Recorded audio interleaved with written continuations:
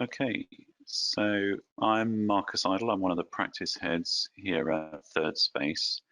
And what I'm talking about today is Azure AD as an identity provider and as the only identity provider that you will need. So let's get started. So just to go over what we're going to cover, we're going to talk about what is a cloud identity provider, and that's modern authentication, sometimes referred to as single sign-on as well. So we'll kind of cover the basics of what that is from a technical perspective.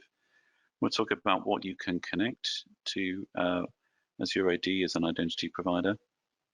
And then if you have other existing providers, so for example, if you use Okta Ping, if you use ADFS, what sort of steps that you would need to go through in order to migrate to just using Azure AD. Then we're going to talk about external identities. So it's not just for your employees, of course.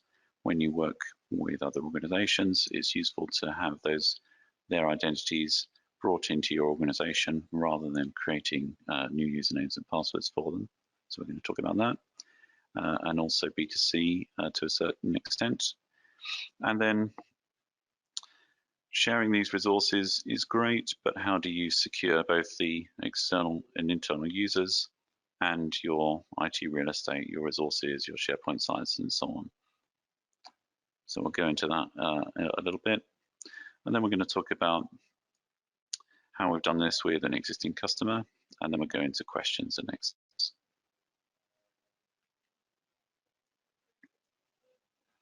Okay, so back in the 1980s, Microsoft's mission, of course, was a computer on every desk and in every home. I think it's safe to say that they accomplished that mission. But obviously, to prosper, organizations need to change and adapt, and that's what they've now done. So probably fewer people know this, but now Microsoft's mission is to empower every person and every organization on the planet to achieve more. And identity is really at the heart of this. One identity for every user, giving access to multiple resources like web applications.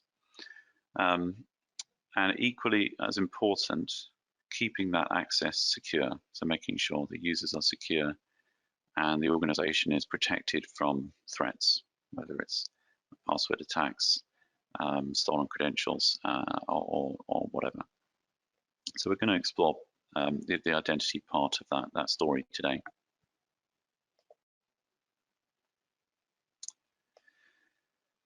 So first of all, let's just cover modern authentication. What is it? It's a little bit like magic, but essentially, if you have a number of web applications, you can employ an authentication service or authentication provider to ensure single sign-on across those applications. So in the past, for example, they may have had their own credentials databases, so a user would have had to use different passwords for different sites. And now what it will do is redirect to an authentication experience. So when the user hits the your website or a secure part of your website or web application, that will redirect to some kind of authentication experience. That will be the single point of truth for that user identity. So behind that authentication experience may be a directory of credentials. So in the case of Azure AD, for example, Azure AD, AD stands for Active Directory. That is the directory of credentials. But Azure AD also provides that authentication experience. So in this case, the user might log in with a username and password. They might do a passwordless authentication using their mobile phone or their email address, or any kind of authentication, as long as Azure AD is happy that the user is who they say they are. So once that's happened, a token is returned to the browser. That's not just a kind of value in the query string saying yes, they've logged in. It's an encrypted string that is understood by your application because of its relationship with Azure Active Directory or whatever authentication provider it's using. So that's a secure way of proving that the user is logged in. It's like a ticket that takes you through a barrier to get on a train. It has a trustworthy, excuse me, it's trustworthy enough for your application to understand that that user is who they say they are. And it doesn't actually need to be the credential in Azure AD that the user authenticates against. Azure AD could call upstream to another authentication provider. So, Microsoft account, Google account, Facebook, Amazon, and so on. And we'll go into that in a bit more detail later. So that's the modern authentication story. And where this comes into play is not just providing a single sign-on, it's providing a secure sign-on, because what we're saying is the network perimeter used to be the control plane. It used to be where you can kind of control access, but nowadays applications are everywhere. So now where you control access is with the identity. So you make sure that interaction is secure, and you've got a safer set of IT resources. So in the Microsoft world, the IT control plane is where your identity is connected to Azure AD, but also in some organizations, or in many organizations, you've got this concept of shadow IT. So perhaps people outside the IT department using websites and applications to collaborate, to do work, but they're not connected to your Azure AD identity. And this can be risky for various reasons. The Azure AD authentication experience is a very secure one. So it will, for example, identify the level of risk a user poses when they first come to the site. So it'll identify a session risk, a user risk. It'll do things based on that risk score. So for example, it could trigger multi-factor authentication. It could lock people out rather. With shadow IT, you don't know what authentication providers are in use. Maybe not using modern authentication, might be vulnerable to all kinds of attacks. For example, if you talk about PHP, which is by all accounts the most widely used programming language on the internet, the vast majority of PHP websites are not upgraded to the latest version, so they are all vulnerable. They've all got exploits that people can use.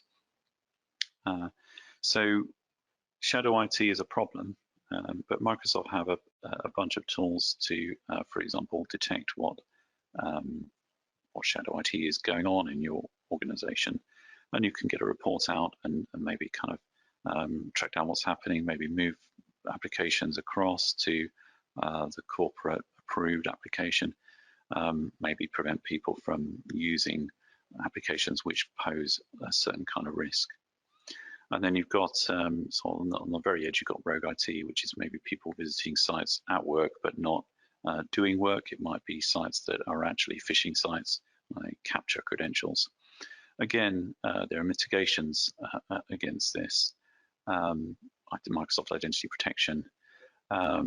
So Microsoft will provide, if people are, for example, using their work credentials, so their work email address and their work password to create an account on one of these sites, and those credentials get stolen, Microsoft have ways of determining what are stolen credentials on the internet, and maybe preventing that person from logging in again using their AAD account. So there are mitigations to this, but obviously the best way of securing your real estate is to make sure everything's within the IT control plane.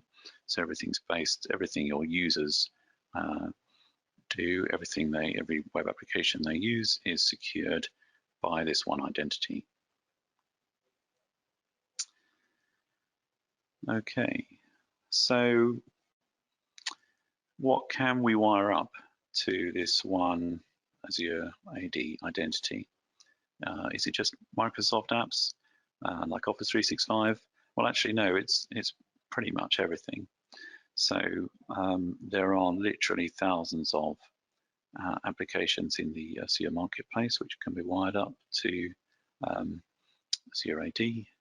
So, for example, G Suite, ServiceNow, Tableau, SAP, Dropbox. So these are kind of obviously commercial SaaS applications, software as a service, and you know, or any of the big SaaS applications will use modern authentication already.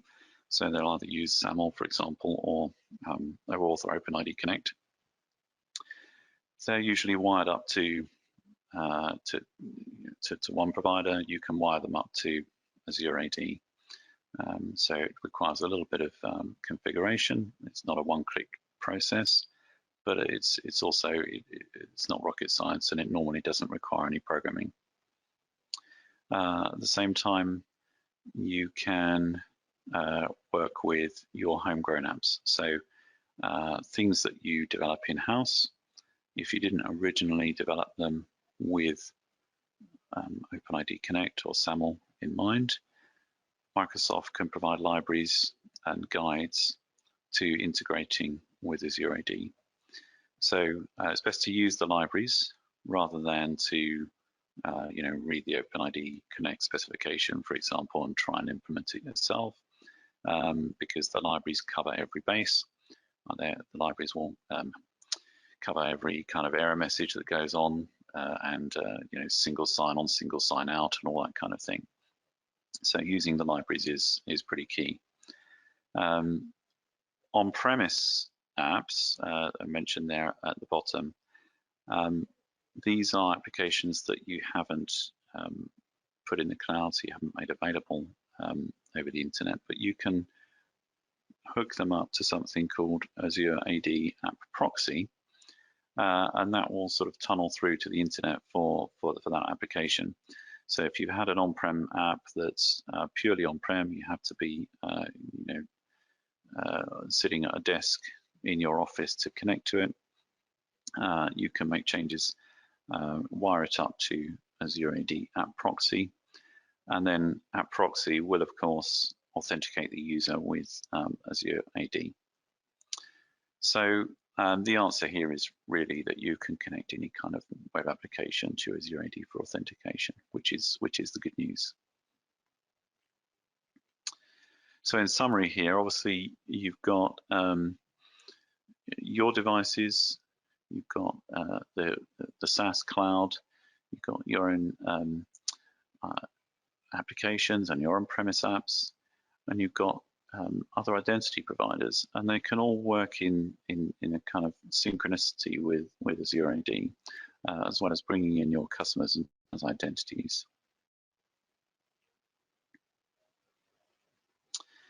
So how do we migrate from one to another? So, for example, if you used ADFS in the past, which was obviously the Microsoft recommended way to do some of this, but now you're being told cloud is the way to go. How does it work? So first of all, you need to carry out some kind of analysis. How many apps are connected in this way? And if in the case of ADFS, Microsoft actually provide a handy tool that's available on GitHub, which goes through your ADFS configuration and spits out a spreadsheet that tells you, okay, this app is perfectly ready to go, and these other apps, for example, are more complex, require some claims transformations, for example. So you could do that analysis. Then you can set all your applications up in AAD without any ill effects. So before you switch them over, you can just set up the new configuration within Azure AD. Obviously, plan your deployment carefully, plan a rollback, plan your communication with users, because they're going to see something different when they log in next time. And then you execute and deploy your and you go live with your applications, pointing them to AAD. So we mentioned earlier external identities. So I just wanted to cover these off very briefly. Azure AD B2B is a way of bringing those external identities in to access your resources, because obviously to get anything done these days, whatever size of company, we quite often need external partners to help us, or it could be a case of bringing your customers in this way because you want to share a SharePoint site with them if it's a kind of business-to-business customer. So Microsoft have created a way of allowing those external people to use their own credentials, so their own username and password. So this is what ADFS also does, but this is in the cloud, and this is very, very simple to set up and to manage. So you don't need any special infrastructure, and neither does your partner. So their credentials stay in their Azure AD. You send them an invitation. Once they've accepted the invitation, they can start accessing your resources as long as you've given them the required access. So you control the authorization, if you like, for them to go and access your resources. So all of the access control is within your ID, but the credentials are in theirs. So in this way, they become guest users in your AD, and they can then be they can share the same sort of privileges as your normal users, depending on what level of privilege you give them. So we'll go on to B2C, which is more directed towards customers rather than business partners.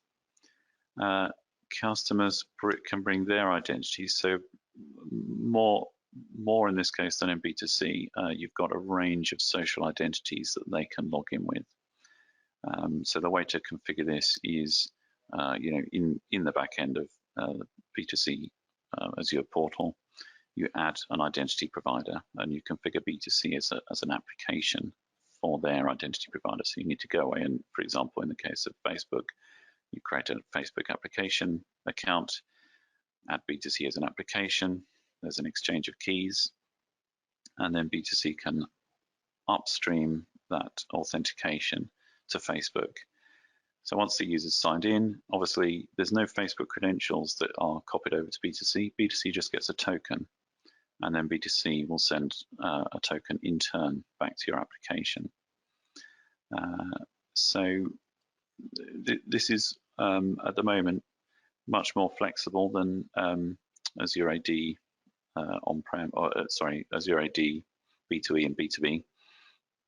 It gives you the opportunity to integrate all of these and more social providers, and to modify the flow. So, for example, on registration, you can ask for more information than you normally would in a normal sort of business-to-business transaction, where you just get username, email, and the user's name.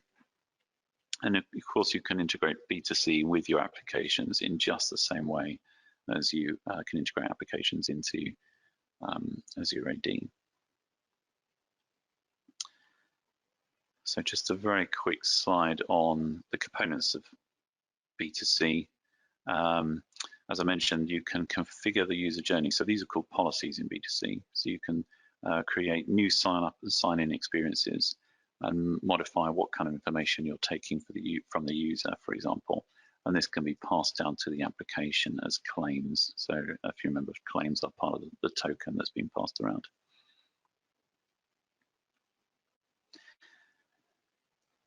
Just a little bit of a heads up on Convergence. So I mentioned that B2C was very different. Microsoft are planning some convergence of these technologies. So last year we got Gmail Federation in B2B. This year we got GitHub Federation. There's a lot more going on. So it's important to watch this space. Okay, so protecting your resources. This is not just the front door that we talked about earlier, where you detect the threat level, but once you're using the applications, what can you do to ensure that people have the right access at the right time? So there's a couple of things that have been made available very recently, and some changes being made to these. So lots of new features in the back end of the Azure portal. One of them is entitlement management. With this, you can create access packages. So if you identify, what a typical group or one group of users would need typically, so it might be a couple of SharePoint sites, might be a couple of security groups. So you can create that as one access package. And this works for internal users and external, but for external, you can give them a link. So if they have no relationship with your organization yet, but you're already doing business with this organization, you want people to onboard in this way, you can give that organization a link. The user can then click the link to request access, and this goes through an approver. So you're not kind of giving anything away. The improver could be somebody in their organization or somebody in your organization. But once they go through this approval process, they'll get a B2B guest invite, and they'll get access to the package that you put together for them. Conditional access, I'm sure many of you have come across this already. With this, you can filter, you can create some filter criteria. So for example, users who are on a certain IP or in a certain geography, all guest users, external users, and you can take actions based on those criteria. So you can turn on MFA. So anytime a guest user accesses your SharePoint, they can be MFA'd, for example, and you can make other decisions based on risk score and so on. And then finally, access reviews. So your users are coming in, they're enjoying the use of your resources, they're contributing and so on. But how do you make sure that the right people are still in your organization having that access? You create an access review. You can repeat it, say, on a monthly basis, or it could be less frequent. And you can email, so the access review will email either the users in that group or, for example, the owners of the group to ask the question, does this user still require access? If they decline or they fail to answer the email, you can automatically have their access removed. Or you can just say, I want to report at the end of this. I don't care if someone ignores the email, I just want to see a report before I make any action. So they're very nice and configurable.